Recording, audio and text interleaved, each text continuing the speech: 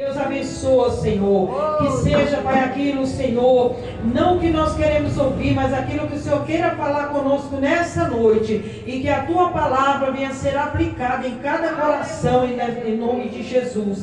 Nós te agradecemos, Pai, em nome do Pai, do Filho e do Espírito Santo de Deus. Amém. Glória a Deus. Aleluia. Deus Todo-Poderoso. Aleluia, meu Deus. Louvado seja Deus, amém? Amém. Eu saúdo a Igreja na santa e gloriosa paz do Senhor Jesus. Amém. Estamos felizes pela oportunidade de estarmos na casa do Senhor. Estamos felizes pela oportunidade de levar o poder da palavra nessa noite. Amém? Glorifico a Deus pela vida de cada um dos que estão presentes. Agradeço principalmente e unicamente a presença do Espírito Santo. Sem Ele, nada somos, nada podemos. Somos pequenos, mas Ele é grande, nosso autor e consumador da fé. E nós glorificamos a Deus pela palavra, amém? Amém. Deus colocará no meu coração uma palavra aí. Glorifico a Deus que Ele possa, em nome de Jesus, nos revelar a graça e o querer dEle nessa noite. Está no livro de 2 Reis. 2 Reis, e é uma palavra conhecida, mas a palavra nos ensina que ela se renova a cada dia. Ela nos fala, nos alimenta, nos estrutura, nos liberta, nos converte, nos justifica. É a palavra que conduz o homem à presença de Deus, amém? 2 Reis, capítulo 5. 2 Reis, capítulo 5. Vamos falar de um tema já conhecido sobre a cura da lepra de Naamã. Amém? Glória a Deus. Amém. Louvado seja Deus. Aos que nos acompanham pelo YouTube, pelo Facebook, em nome de Jesus, se houver a oportunidade, em nome de Jesus, pegue o exemplar bíblico, se possível, se desprenda dos seus afazeres e medita na palavra conosco, dê prioridade à palavra de Deus nessa hora, amém? Amém. Jesus é bom, tem algo para o teu coração nessa noite, em nome de Jesus. Louvado seja Deus, amém? Amém. Naamã, oh glória, grande homem, falado, pregado, e nós vamos saber o que o Espírito Santo nos revela sobre a vida desse homem nessa noite, amém? Verdade, amém. 2 Reis, capítulo 5, versículo 1 diz assim: E Naamã, chefe do exército do rei da Síria, era um grande homem diante do seu senhor e de muito respeito, porque por ele o Senhor dera livramento aos sírios, e era este varão um homem valoroso, porém leproso. E saíram as tropas da Síria e da terra de Israel, levaram presa uma menina, que ficou ao serviço da mulher de Naamã. E disse esta sua senhora: tomara que o meu senhor estivesse diante do profeta, que está em Samaria, ele o restauraria da sua lepra. Então entrou Naamã e o notificou ao seu senhor, dizendo: assim e assim falou a menina que é da terra de Israel. Então disse o rei da Síria: vai, anda, enviarei uma carta ao rei de Israel. E foi e tomou na sua mão 10 talentos de prata e 6.000 ciclos de ouro e 10 mudas de vestes, e levou a carta ao rei de Israel, dizendo: logo chegando a ti esta carta, saibas que eu te envio Naamã, meu servo, para que o restaures da sua lepra. E sucedeu que, lendo o rei de Israel a carta, rasgou as suas vestes e disse: sou eu Deus para matar e para vivificar, para que este envie a mim para restaurar um homem de sua lepra? Pelo que deveras notai, peço-vos e vede que busca ocasião contra mim. Sucedeu, porém, que, ouvindo Eliseu, homem de Deus, que o rei de Israel rasgara as suas vestes, mandou dizer ao rei: por que rasgastes as tuas vestes? Deixai ouvir a mim, e saberá que há profeta em Israel. Veio, pois, Naamã com os seus cavalos e com o seu carro, e parou à porta da casa de Eliseu. Então Eliseu lhe mandou um mensageiro, dizendo: vai, lava-te 7 vezes no rio Jordão, e a sua carne tornará e ficará purificado. Porém Naamã muito se indignou e se foi, dizendo: eis que eu dizia comigo: certamente ele sairá, por-se-á em pé, invocará o nome do Senhor, seu Deus, e passará a sua mão sobre o lugar e restaurará o leproso.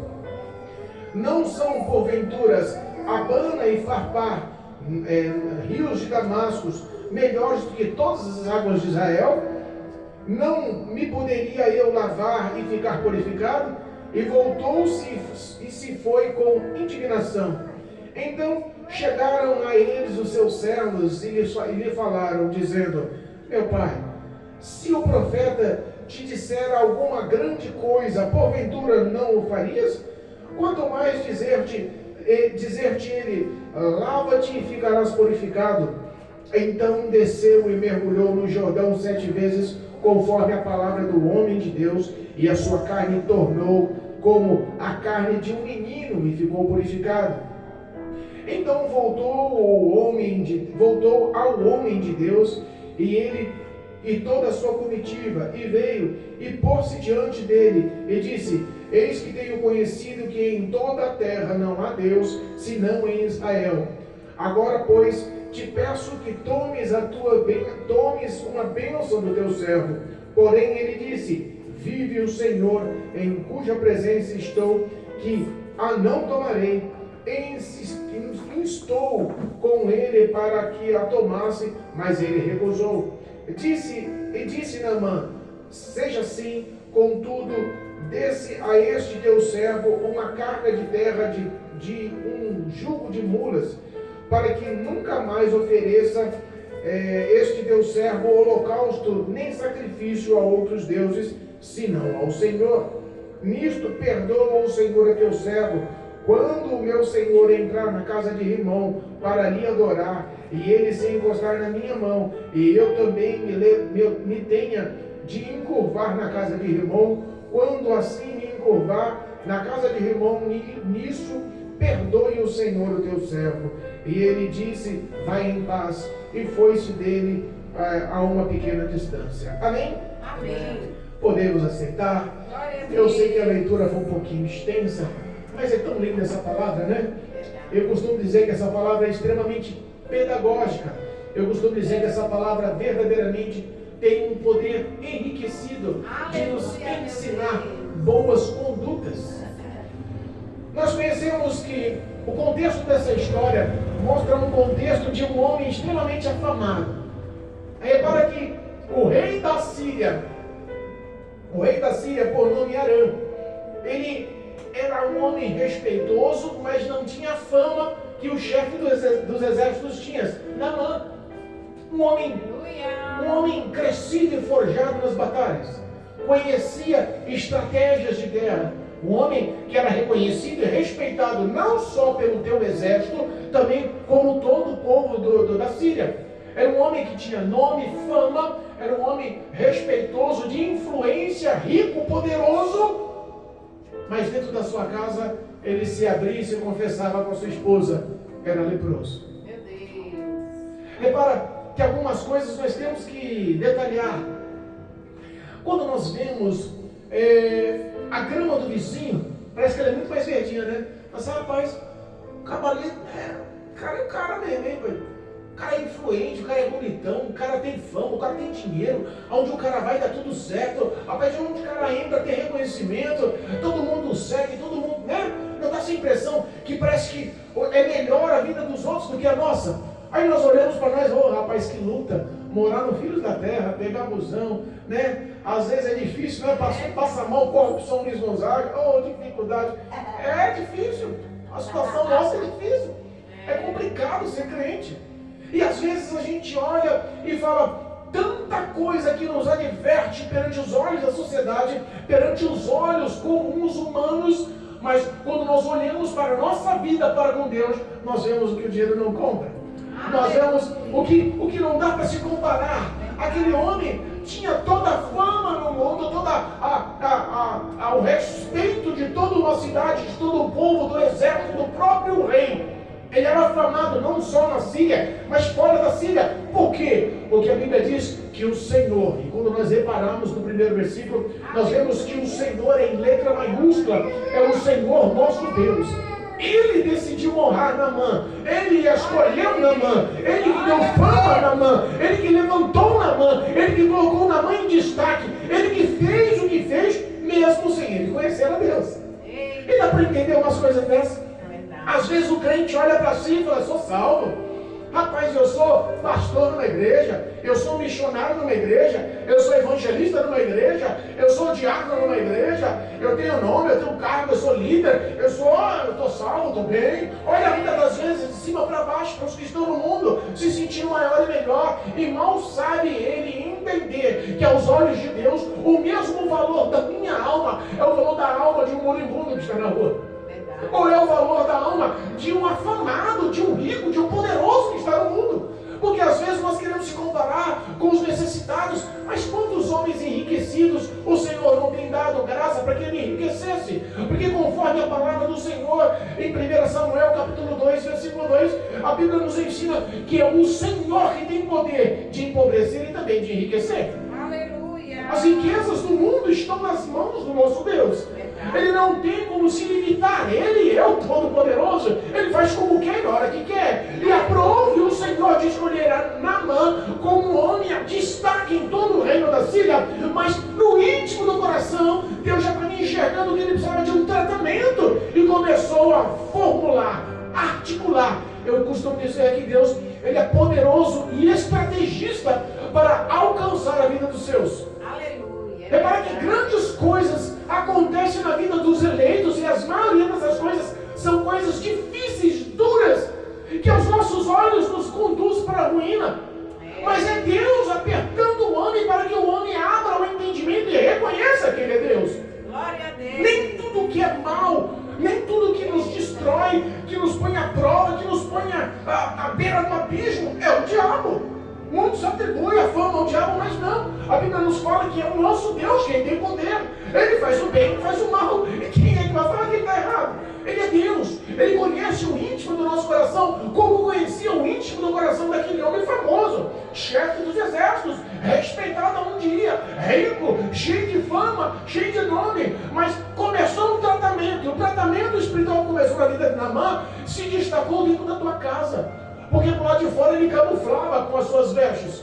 Por lá de fora ele camuflava com a sua armadura. Por lá de fora ele camuflava com as suas vestes de linho fino. Mas dentro de casa a esposa já conhecia. Meu esposo, algo está errado. Meu Deus. A lepra está espalhando. E lepra era uma doença, sabe, incurável. Era, num termo chulo de expressão, era o fundo do poço.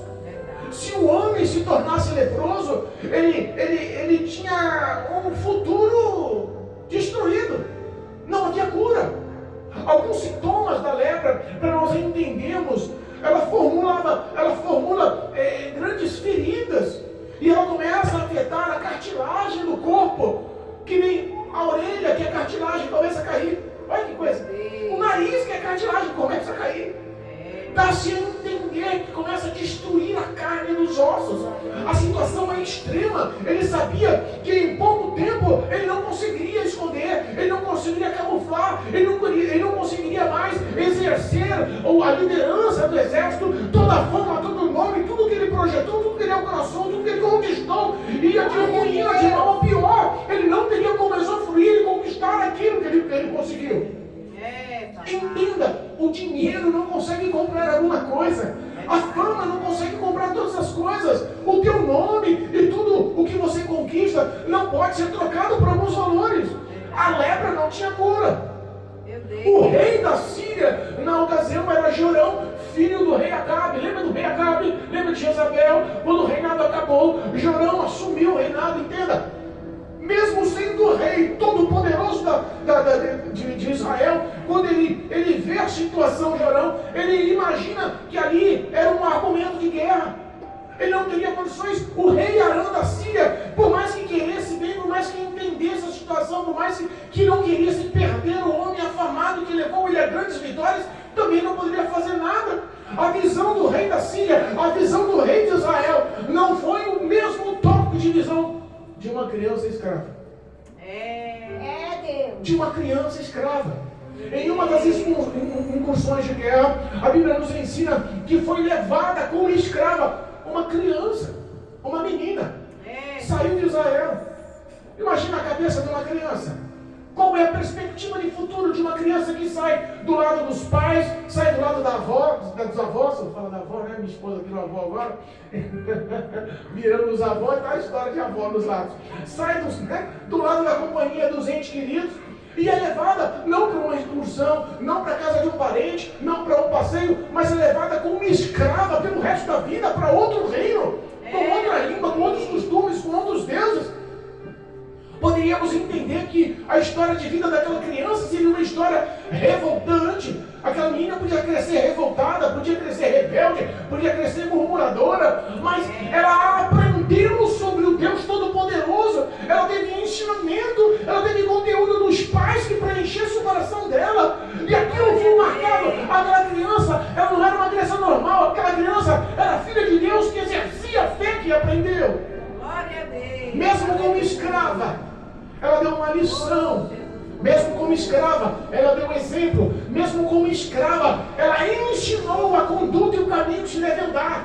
Glória a Deus. Ela chega para sua senhora, num tempo que mulher não tinha nome para falar, num tempo que mulher não tinha autoridade para falar, num tempo que mulher não tinha nenhum tipo de postura para se expressar, esposa ou não. A última palavra era do homem. Até para falar a mulher tinha que pedir permissão. Nesse tempo tão apertado para o lado das mulheres, uma criança se levanta e fala para sua senhora: Aleluia. quem dera o meu senhor Naamã pudesse se encontrar com Eliseu. Está lá em Samaria, homem de Deus.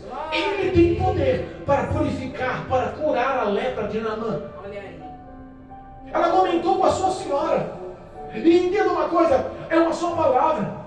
Entenda uma coisa, não precisa de muitas coisas. Deus formula estratégias através da fé de um pequeno. Às vezes nós olhamos para si e falamos assim: mas eu não vou muito longe. Eu não tenho tanto nome. As pessoas não me conhecem, não me respeitam tanto. Eu não sou tão conhecido, não sou tão famoso. Eu não vou falar não, porque... Mas entenda, Deus formula estratégias, e como está lá em 1 Coríntios capítulo 1, versículo 27, Ele usa os fracos para confundir os fortes. Glória a Deus. Se a gente parar para pensar, tinha tudo para dar errado. Aquela criança não tinha crédito, não tinha méritos nenhum para se expor, mas aquela palavra foi a palavra-chave, eficaz, para entrar no coração da esposa e depois para entrar no coração de Naamã.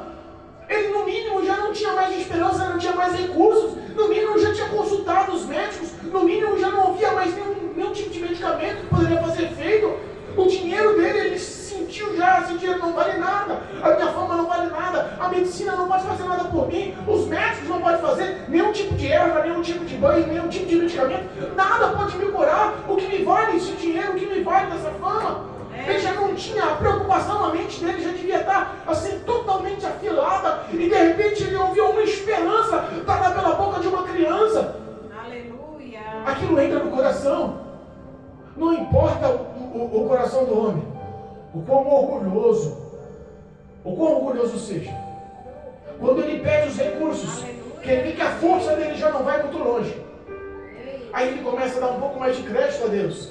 Essa é a nossa verdade. Essa é a minha verdade.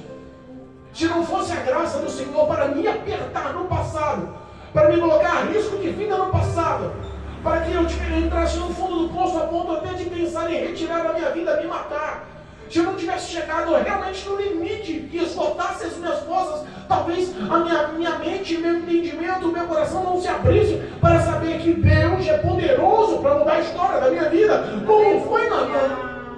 É verdade. Naamã analisou, não tem outro recurso, mas aquela criança falou.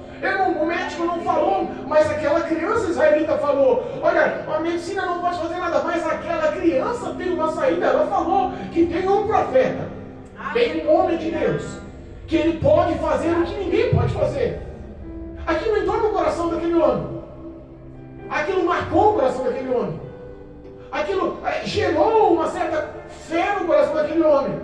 Glória a Deus. Ele, em vez de guardar para si, ele não se aguentou. Porque a palavra gera fé, a palavra cria frutos, a palavra muda o coração do homem, muda o entendimento do homem, transforma a vida do homem, converte a vida do homem.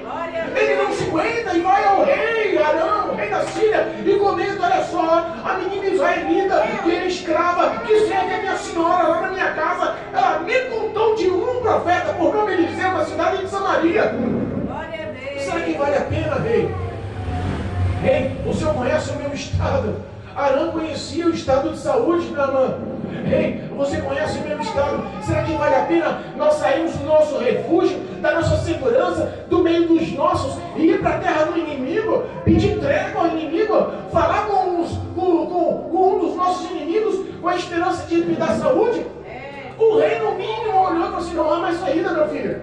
Ela te falou, agarra essa situação, veste, abraça essa situação. Faz o seguinte: você não vai sozinho, monta uma grande comitiva, eu vou lhe dar recursos, e você também vai levar uma carta manuscrita minha, para que realmente eles saibam que eu sou contigo, estou te enviando. É um ponto a mais, é um ponto favorável a mais.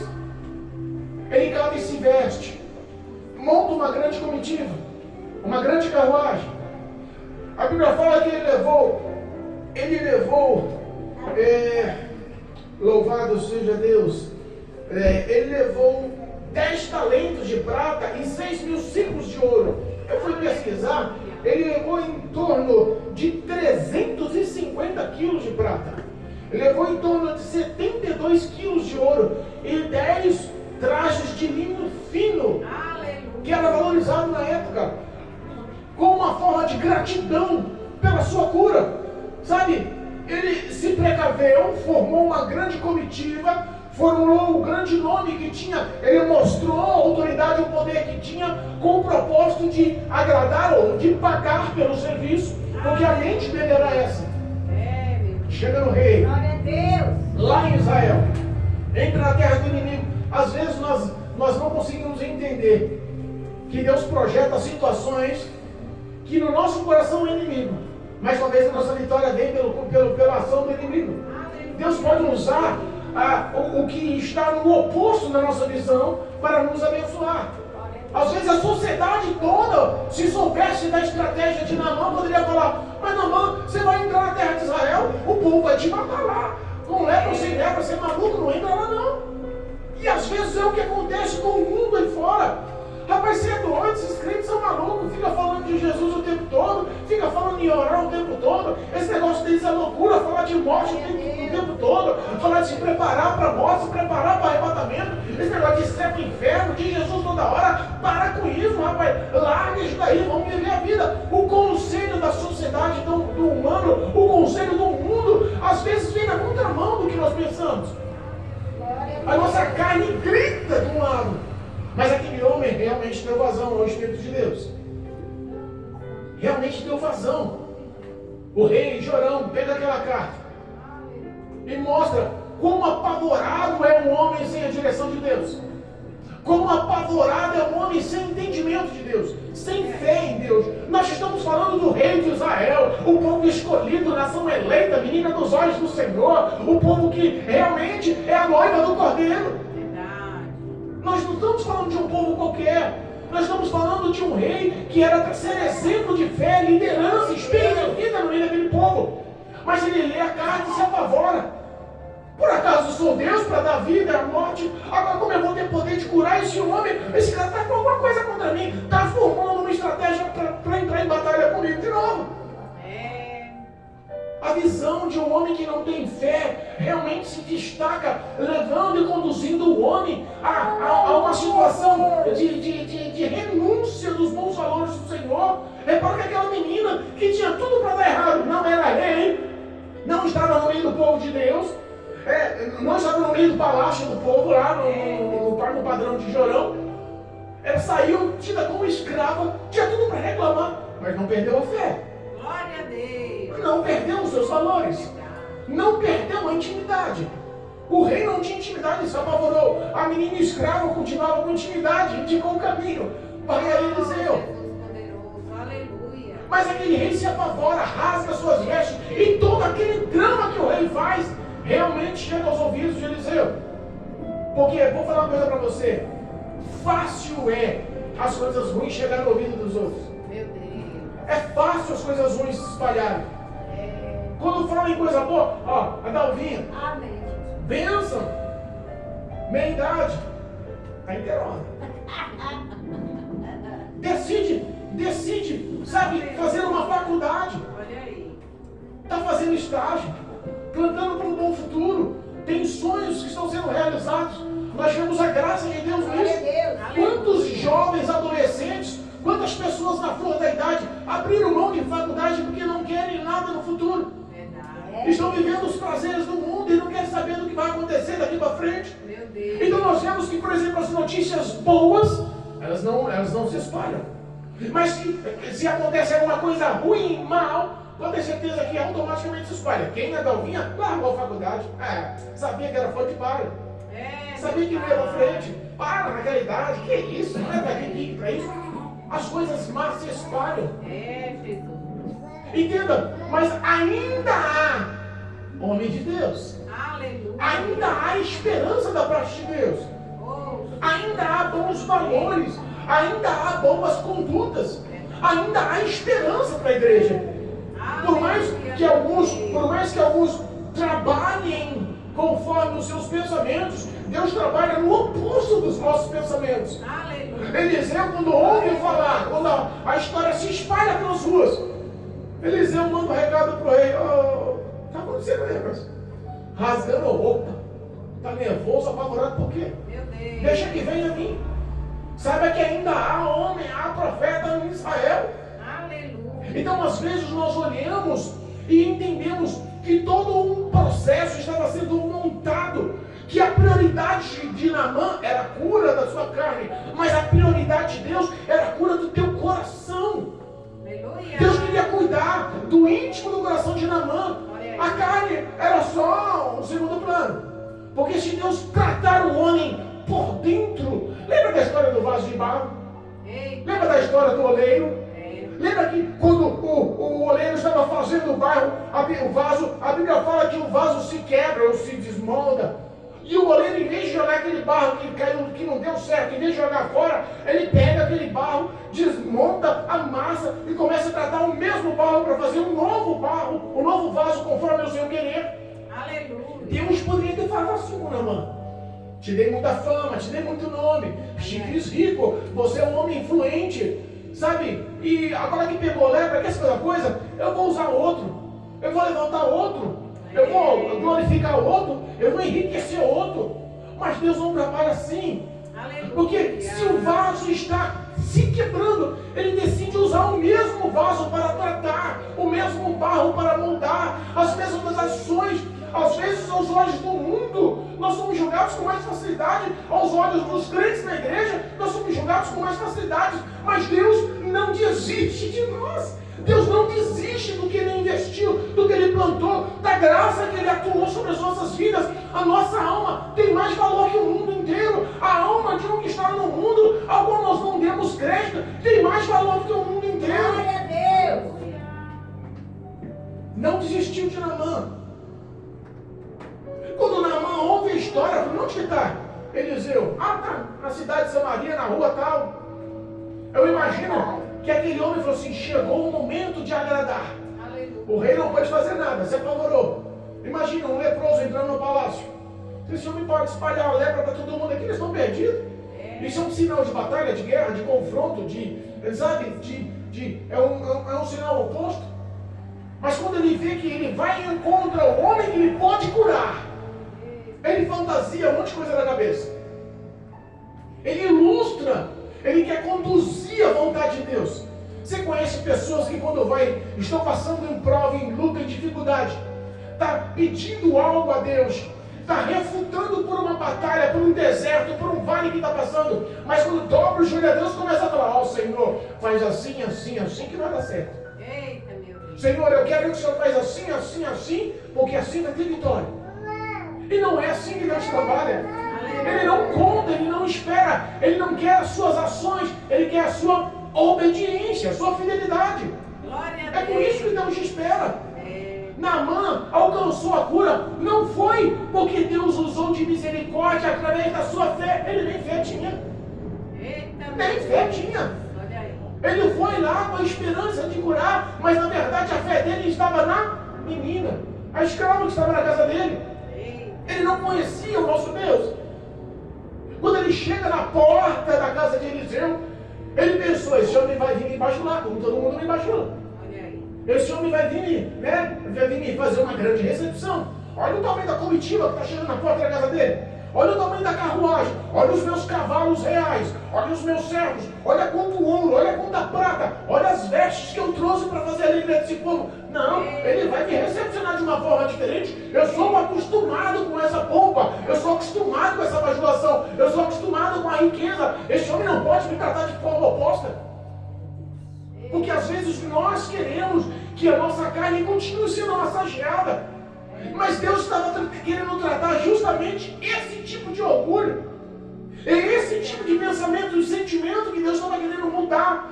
A cura da lepra era um segundo plano, porque para Deus ele estralava o dedo, não acontecia. Mas entenda, era mais difícil tratar o coração do que a pele. É mais difícil tratar o interior do que o exterior. É mais difícil modelar o vaso por dentro do que a estética por fora.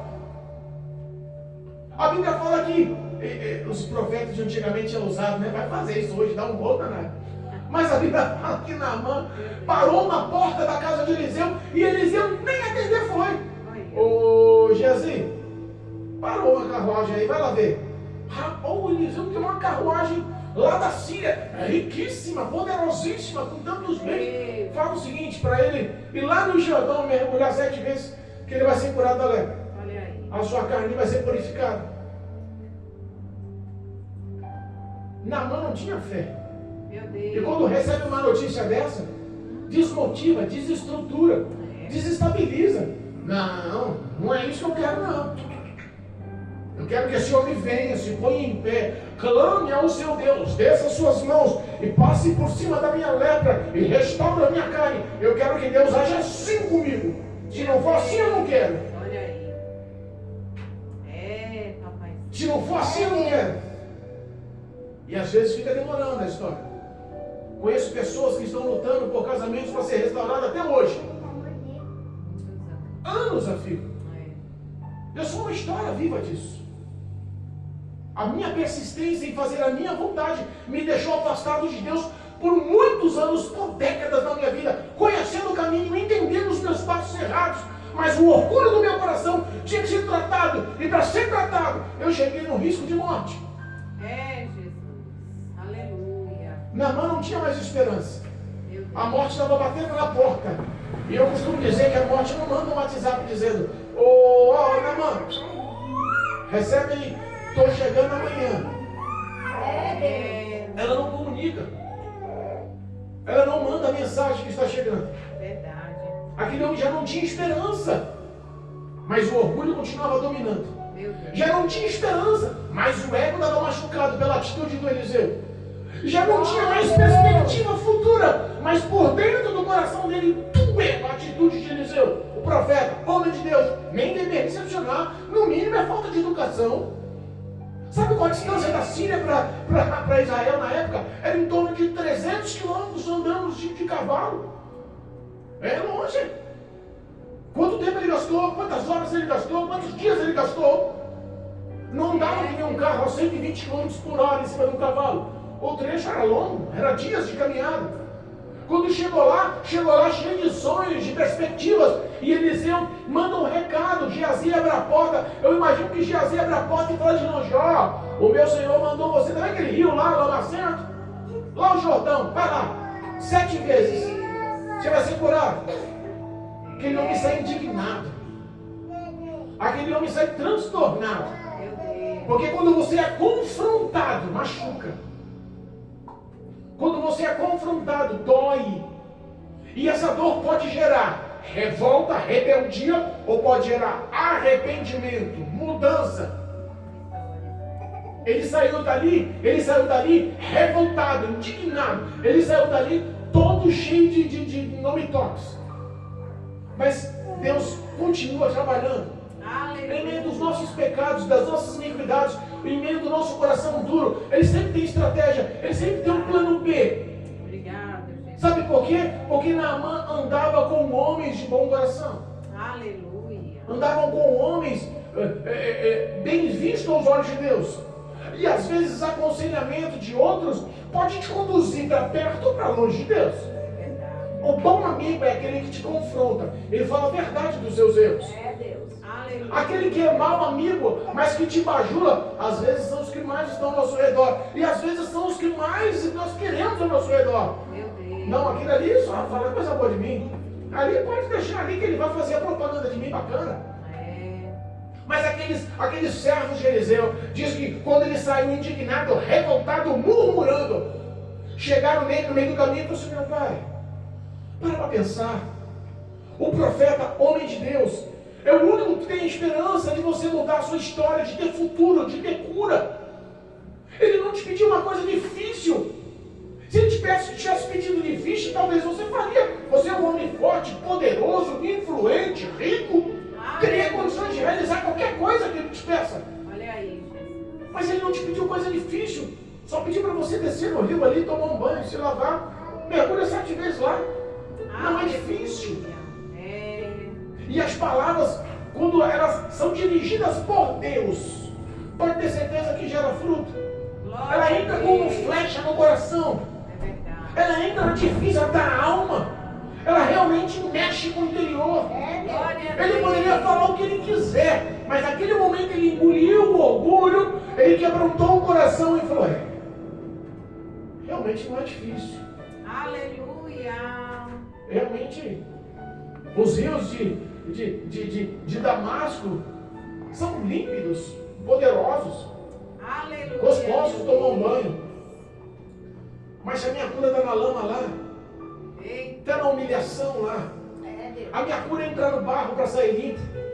A minha cura é passar por esse processo difícil, humilhante aos meus olhos. Eu sou influente, eu sou poderoso, eu sou afamado. Imagina se alguém da Síria me ver mergulhando nesse rio. Meu Deus. Era um pensamento. Verdade. Mas de repente ele fala: talvez essa seja a esperança de mudar a minha vida.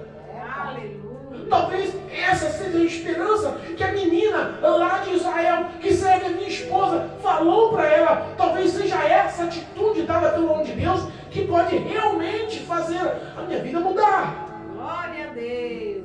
Aleluia. Primeiro mergulho, nada. Eita, Jesus. Segundo mergulho, nada.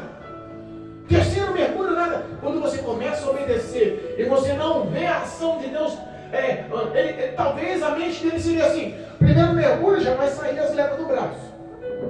Segundo mergulho, talvez as pernas já vai começar a ficar limpas.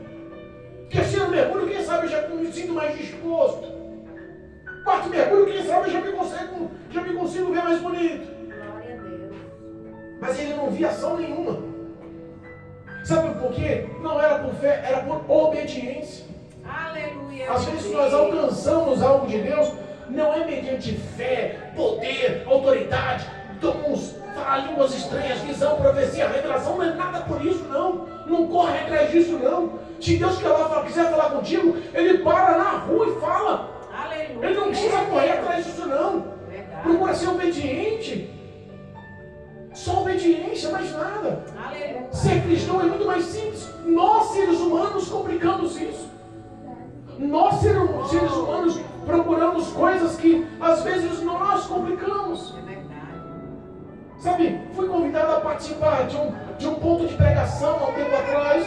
E chegamos naquele ponto de pregação, tinha tanta gente, que estava sufocante de entrar lá dentro. Estava uma noite quente, não dava nem para respirar, com tanta gente apertada uma do lado da outra. E todo mundo procurando poder. E não deu para entender a palavra que foi pregada. Meu Deus. Pouco tempo depois fechou um ponto de pregação. Olha aí. Às vezes as pessoas procuram o que a fama atrai. A fama é Pentecoste, a fama é poder. Eu não tenho nada contra o Pentecoste, pelo contrário, acredito nos dons, sou um homem do Pentecoste, mas eu prefiro ser obediente do que correr atrás de Glória a dons. Deus. Dons não salva. Verdade, Deus. Obediência. Aleluia. No 7º mergulho, olha só. No sexto mergulho, eu imagino que cada mergulho ele leva para suas lepras. Está aqui ainda. Se eu mergulhar 7 vezes aqui e não sair limpo, eu vou pegar aquela menina em casa, vou dar-lhe uma surra naquela menina. Ele foi na confiança da menina. Se eu pegar aquela menina, se não der certo, ela vai se ver comigo. Mas a Bíblia fala que no 7º mergulho, a carne se tornou pura, purificada, limpa. Ele se tornou um homem sadio. Aquilo ali não levou só a lepra dele. Aquilo não purificou só a carne dele. Aquilo mudou o íntimo do coração dele. Aquilo tratou o espiritual dele.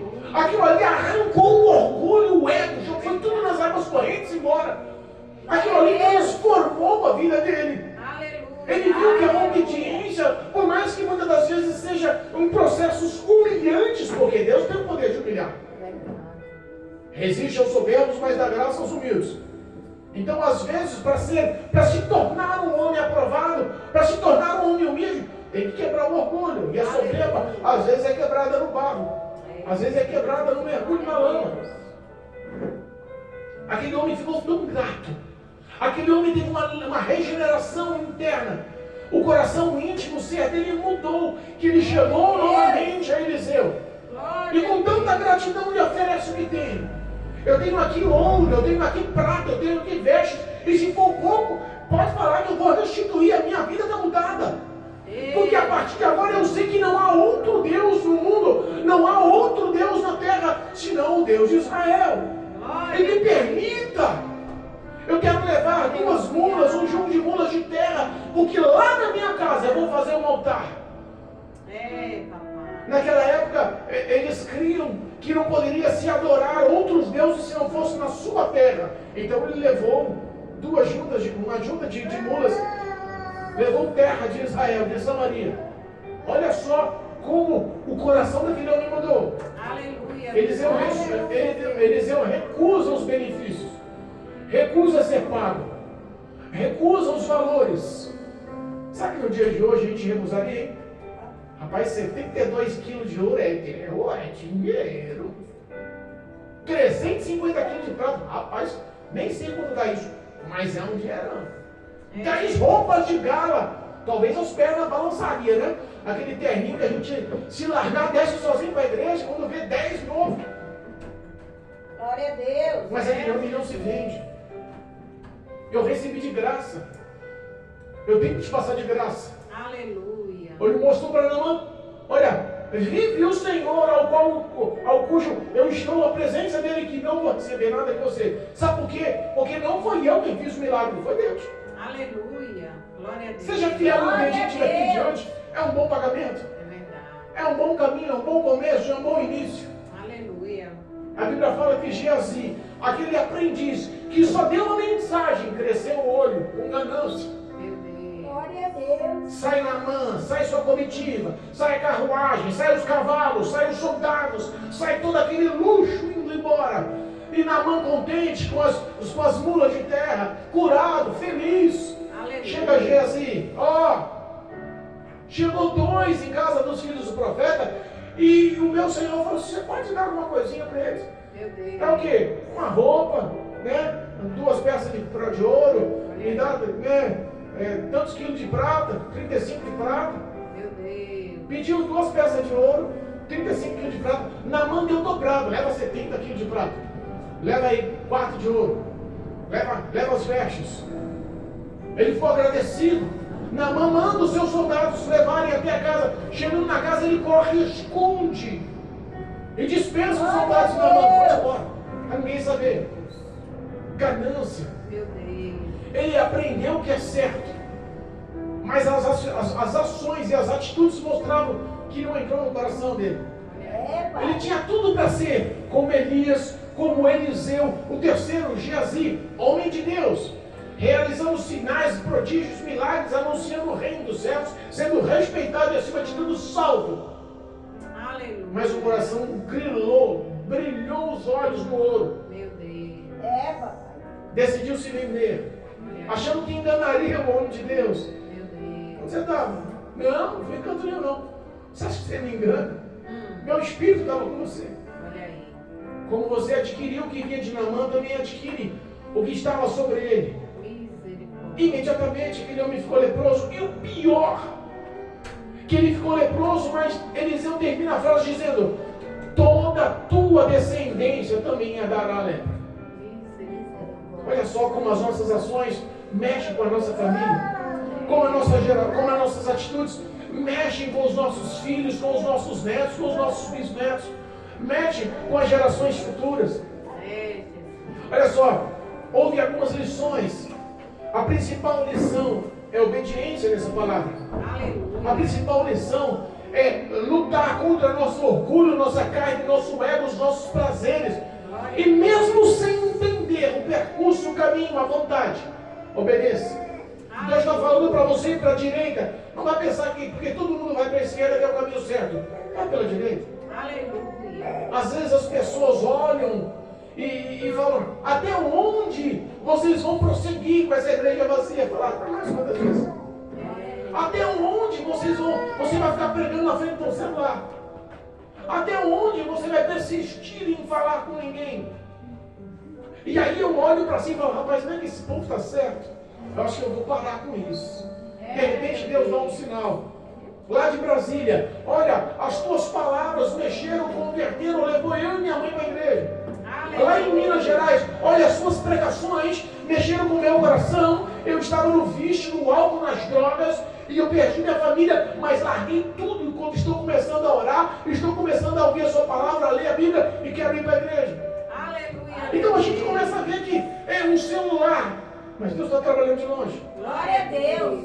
Então Deus não tem obrigação de explicar como Ele trabalha, mas sabemos que não há um Deus como o nosso Deus, que luta, trabalha e batalha tanto em favor daqueles que nele esperam, daqueles que nele continuam crendo, confiando que o projeto e o que Ele nos prometeu continua ativo em nossas vidas. Obrigado, meu Deus. Obrigado. A verdade é que não merecemos. Naamã não merecia. Eita, Jesus. Foi infiel e incrédulo até o fim. Mas quem disse que é por nosso merecimento? Quem disse que é porque nós temos algum crédito com Deus? É pela graça. Aleluia.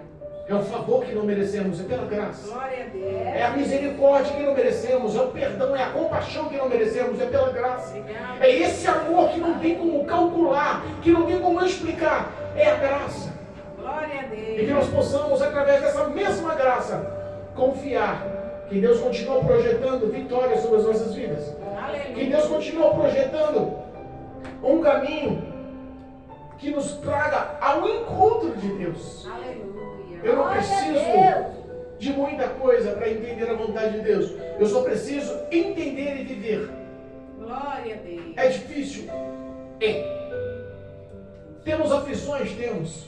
Mas em todas as aflições o Senhor nos mostra a graça e a vitória. Em todas as tribulações o Senhor mostra as suas mãos trabalhando a nosso favor. Em nosso desânimo, em nosso pecado, em nossos erros, Ele mostra perdão, Ele mostra graça, Ele mostra, ações que mostram que está conosco, que nós não estamos sozinhos. Aleluia. Que você possa sair daqui nessa noite sabendo que você é especial. Glória a Deus. Que você possa sair daqui essa noite sabendo que Jesus te ama. Que você possa sair daqui dessa noite sabendo que você não está só.